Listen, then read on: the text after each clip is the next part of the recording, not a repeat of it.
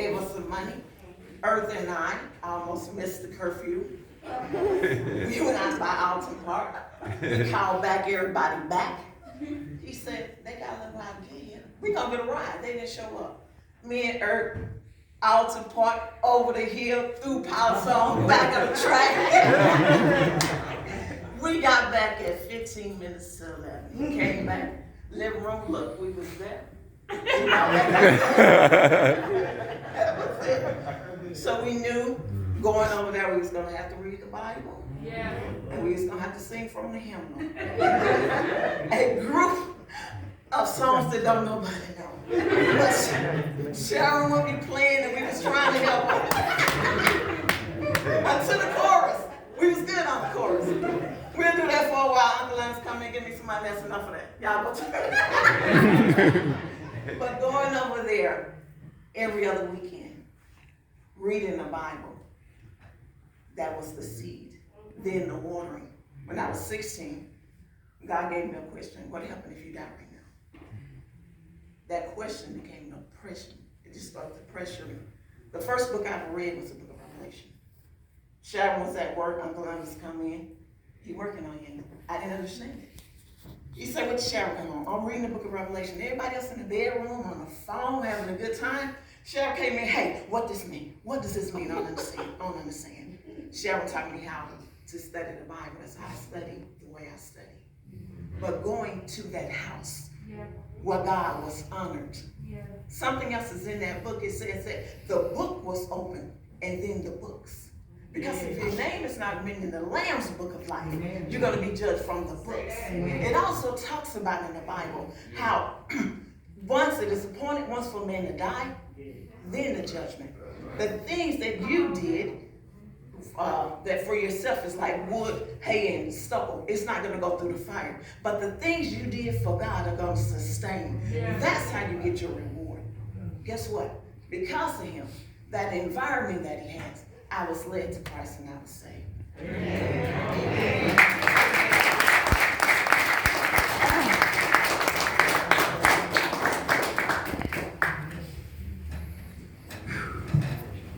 I'm going to try to do this in 4 minutes. I'm going to try.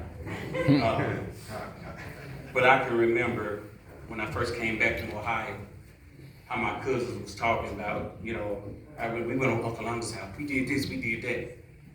I ain't know nothing about it. I just came back from Ohio, I said, okay. We all got together, we talking about having fun, we having fun. I said, okay. Yeah, I'm ready to go. So we get over there and it was a little bit different, They said we was having fun, but all I remember was exercising. But you know what? That helped me in the future.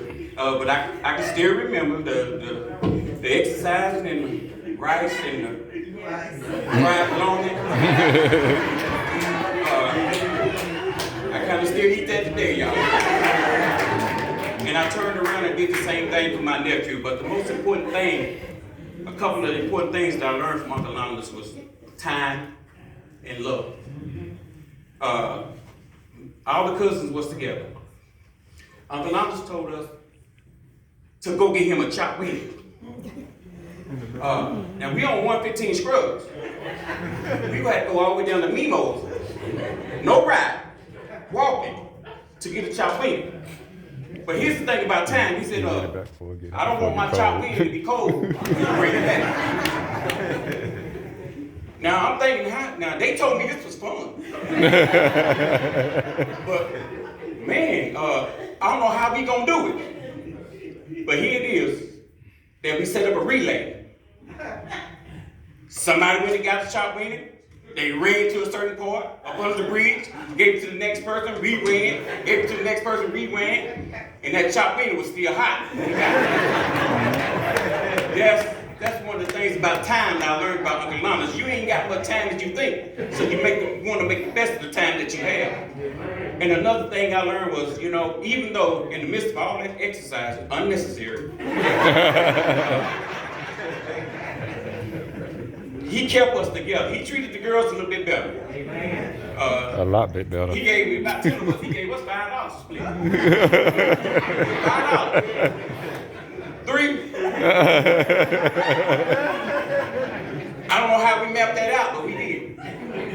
But he taught us something, being together.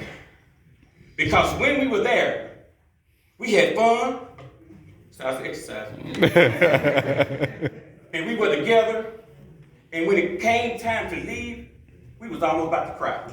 Every time. We had so much of a love for one another that we want to go through that exercise. We don't want to go through that nonsense of running all the way to Nemo's just to be together.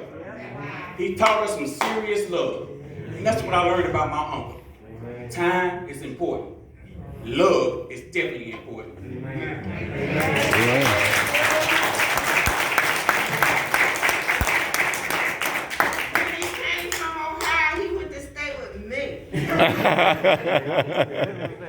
Okay, this is the mother of the church, Mother Lizzie Jackson.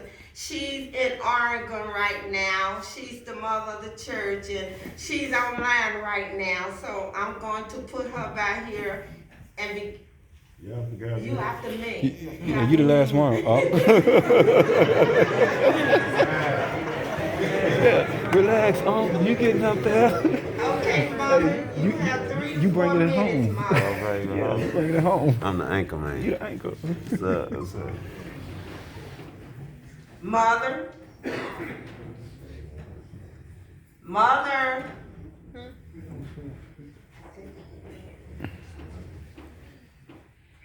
There you go.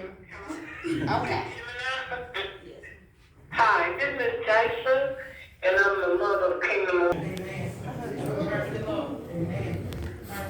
Oh, yes, yes, yes. Y'all done heard all the jokes. Y'all done heard everything about Brother Landous. Brother Landous got 3 brother-in-laws in here. He always said, I'm his favorite. You're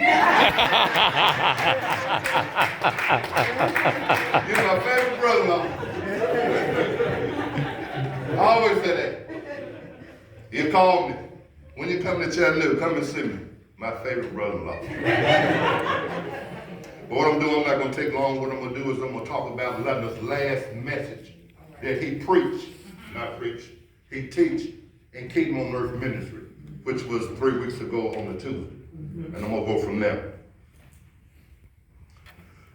The apostle gave me and all the men in the church an assignment to tell you what was in your cup, like Jesus had his cup running over. And Landous had to do that. This is his message. One of the most powerful messages that I've heard my brother-in-law talk about was, he talked about learning to trust himself. He learned about learning to trust others. He learned how to trust to get things together, but he had to trust the Lord to fix all the things that was through his life. He also talked about trust in the walk from home. He said he walked from home all the way to Main Street. He said his leg was hurting, but he knew he had to get back, but he depended on God to get him back there. He was trusting the Lord. He said he also talked about the mother of the churches. Y'all heard Lizzie Jackson talk about Brother Landous. And he always agreed with her. He was always in love with Mother Jackson because she always gave him wisdom and knowledge. He always talked about, I'm a big crybaby. Y'all heard, he always said, I'm a crybaby. I can't talk long. But when he got on the thing, he would always say, Mac Talley. That's me. He always called me Mac Talley. He don't know my name. He just called me Mac Talley. That's Mac Talley. He would say, Mac Talley, you gonna help me with this message today? I said, yeah, Brother Landous, I'm gonna do it. So when he get to talking, and he said, Mac Talley, you gonna help me? I'm quiet, I don't say nothing. I let him go on and do his thing. That's the way he is, because I'm not in the spotlight. He's teaching. Now I'm gonna say this little thing, then I'm gonna get out the way. He was always praying, he was always getting excited. And his favorite words always come out, you know I'm a big crybaby. Ain't that right, Mac Talley? He trusted the Lord and he would make ends meet for his family, for his children, and for the church. He always said, I trust the Lord for everything. Have to keep him first in everything in my life, because the suffering that the Lord went through, he said, I got to go through it too. Yeah. He told Christy, his wife, He said, I got to teach Bible study Tuesday about this cup. Landous was very, very excited about teaching about this cup. If y'all know what a cup is, Jesus Christ had a whole lot in this cup. And sometimes our cup is running over. We got a lot in that cup.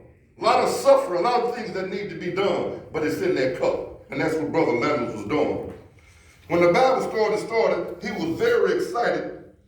He was in his comfort zone. See, Landous is in his comfort zone when he's talking about the Lord. Yeah.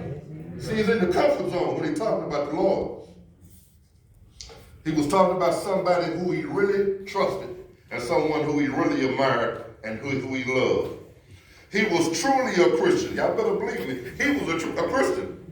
He believed, he trusted, he repented, he was humble, he was forgiving, and he was very respectful. Yes. He never wanted the spotlight. He would always tell the pastor, me and the pastor, McTally and me gonna team up.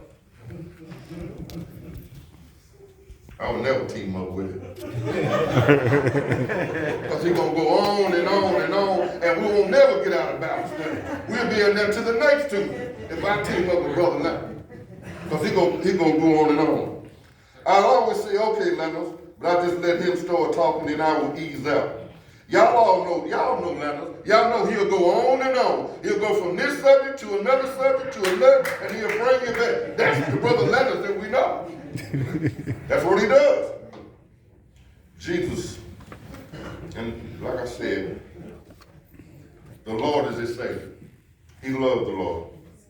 Rest, my brother, with those who went before you, gone but not forgotten. You left something for everybody here. He's a good husband. He's a good brother-in-law. He's a good uncle to some of y'all. My brother Landous, have been knowing him a long time. Me and him growed up together. We graduated together. We've been together. He done come to Florida to visit me. I love him. He's going to be truly missed in my heart. He's truly going to be missed in my heart. It hurt me today to even get up here and talk about my brother.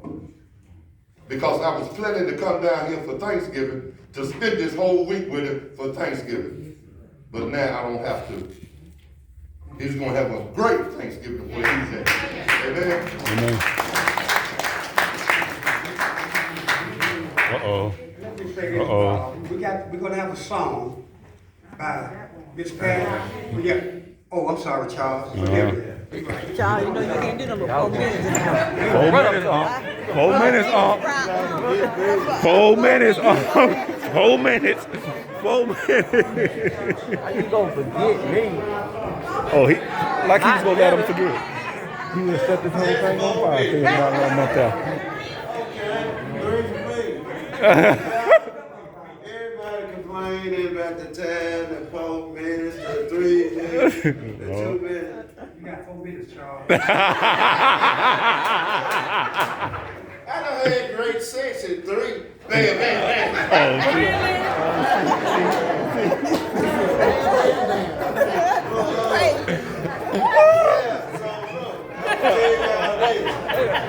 That's why they made it last. I had 6 sisters and 3 brothers. My older brother, well, I love them all the same. You know, I love them all the same, sisters and brothers. But there was something special about this one right here, Orlando. That was my favorite. I'm gonna tell you why. See, and I broke some rules. You know, y'all follow the nephews and nieces, y'all follow the rules. I broke a lot of them. You know what I'm saying? Cause look at him. He give me his car. He said, be back at an hour.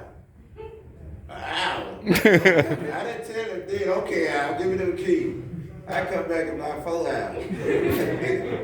He said, well, okay then, didn't I tell you an hour?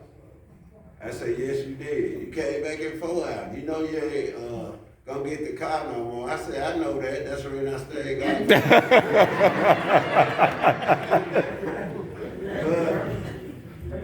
He always been my role model, and that's why, you know, because when I was in elementary school, I used to be a trainer for Freddie White. And I had You was stopped what? on a player, basketball, A trainer. football player. I had to put him in the work coat. And this right here, he used to always complain because I had to have the water a certain temperature. You know, if I remember, I think 140 degrees or whatever. It's too hot, right? I don't care how it is. I know what I'm doing. I'm trained for this. You get in that water, you know what I'm saying? Because he had a bad ankle and swelled up. And that's why his senior year, he didn't do as good as he's supposed to be because he kept a swollen ankle. But I used to be on the football field as a trainer. I used to be out there with the referee. I worked aside first down,